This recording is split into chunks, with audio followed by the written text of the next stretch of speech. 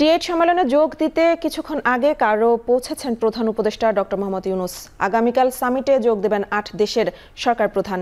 এ নিয়ে আরও জানাতে মিশরের নিউ অ্যাডমিনিস্ট্রেটিভ ক্যাপিটাল থেকে যুক্ত হচ্ছেন বেলায়েত হোসেন।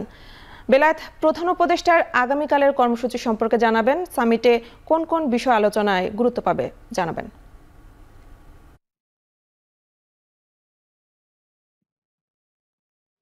প্রধান উপদেষ্টার ভোটা দাগে আগামীকাল দুটি কর্মসূচি রয়েছে। এর মধ্যে একটি হচ্ছে ডি8 সামিটে তিনি যোগ দেবেন, আরেকটি হচ্ছে তিনি আল আজহার বিশ্ববিদ্যালয়ে তিনি শিক্ষার্থীদের উদ্দেশ্যে, দেশি বিদেশি শিক্ষার্থীদের উদ্দেশ্যে তিনি মোটিভেশনাল স্পিচ দিবেন।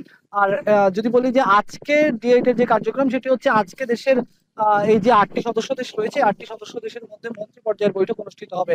আমি যেখানে দাঁড়িয়ে আছি তার ঠিক পেছনে প্রেসিডেন্সিয়াল প্যালেস, এই প্যালেসেই ডি8 সামিট অনুষ্ঠিত হবে এবং আমার সামনে রয়েছে এই মিশরের যে মন্ত্রণালয়গুলো, অর্থাৎ যেটিকে বাংলাদেশের সচিবালয় বলা হয়, এটি তার সামনে রয়েছে। এখানে মূলত আজকে মন্ত্রী পর্যায়ের বৈঠক অনুষ্ঠিত হবে। এর আগে 16 এবং 17 ডিসেম্বর 2 দিন ডি8 কমিশন সভা অনুষ্ঠিত হয়েছে। সেই কমিশন সভায় এই ডি8 সামিট এবং মন্ত্রী পর্যায়ের বৈঠকে কি কি বিষয়গুলো নিয়ে আলোচনা হবে সেই এজেন্ডাগুলো ঠিক করা হয়েছে।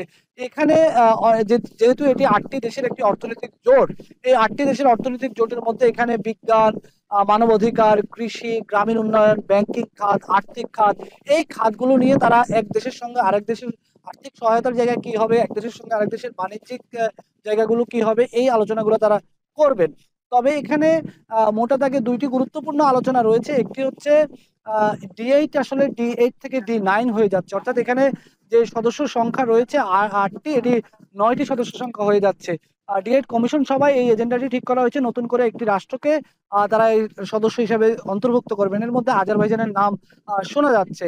আরেকটি গুরুত্বপূর্ণ বিষয় যেটি হচ্ছে যে এখানে কিন্তু এই অর্থনৈতিক জোট এটি হলেও, এটি যেহেতু 8টি মুসলিম দেশের একটি জোট, এখানে পাকিস্তান রয়েছে, মালয়েশিয়া রয়েছে, এখানে ইরান রয়েছে, এখানে তুরস্ক রয়েছে, এখানে বাংলাদেশ রয়েছে।